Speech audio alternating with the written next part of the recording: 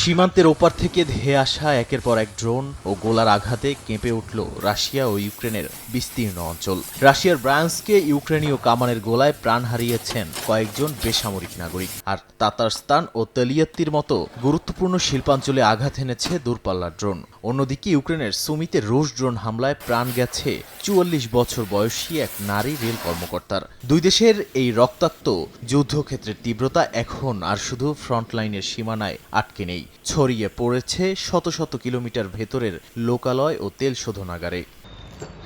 যুদ্ধক্ষেত্রের এই রণকৌশলকে ইউক্রেন বলছে logistic lockdown ও দূরপাল্লার নিষেধাজ্ঞা। ফ্রন্টলাইন থেকে ৩০ কিলোমিটারের বেশি ভেতরের সেতু, গোলাবারুদের গুদাম আর মূল মহাসড়কগুলোকে টার্গেট করে মে মাসেই প্রায় ২,০০০ নিখুঁত হামলা চালিয়েছে কিয়েভ। এতে গুরুত্বপূর্ণ M14 মহাসড়কে রাশিয়ার সামরিক যান চলাচল কমে গেছে ৭০%-রও বেশি। শুধু তাই নয়, ইউক্রেনীয় ড্রোনের মুখে ক্রিমিয়া উপদ্বীপে রাশিয়ার রসদ সরবরাহের শেষ রাস্তাগুলো একে একে বন্ধ হয়ে যাচ্ছে।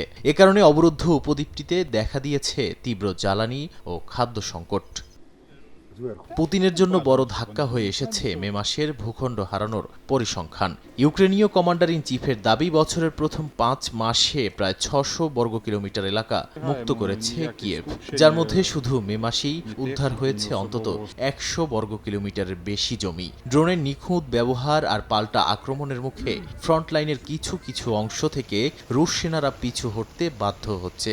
এমনকি মূল ভূখণ্ডের সঙ্গে যোগাযোগ বিচ্ছিন্ন হওয়ায় কিনবার্ন স্পিট অঞ্চল থেকে রুশ ইউনিটগুলো নিজেদের অবস্থান ছেড়ে পালিয়ে যাচ্ছে বলেও খবর মিলেছে। সামরিক বিপর্যয়ের পাশাপাশি ক্রেমলিন এখন ভুগছে চরম সেনা ও জ্বালানি সংকটে। চলতি বছরের প্রথম ৫ মাসে রাশিয়া যত সেনা রিক্রুট করতে পেরেছে তার চেয়ে ১২,৫০০ বেশি সেনা হতাহত হয়েছে রণক্ষেত্রে। এককালীন বোনাস বাড়িয়েও কমছে নতুন সেনা ভর্তির হার। একই সঙ্গে ইউক্রেনের সুনির্দিষ্ট ড্রোন হামলায় রাশিয়ার তেল ও জ্বালানি শিল্পে ধস নামায় খোদ যুদ্ধক্ষেত্রে ট্যাঙ্ক ও সাঁজোয়া যানের চাকা সচল রাখাই এখন মস্কোর জন্য সবচেয়ে বড় চ্যালেঞ্জ হয়ে দাঁড়িয়েছে বলে মনে করেন অনেকে। নাদিম মারজান, সময় সংবাদ।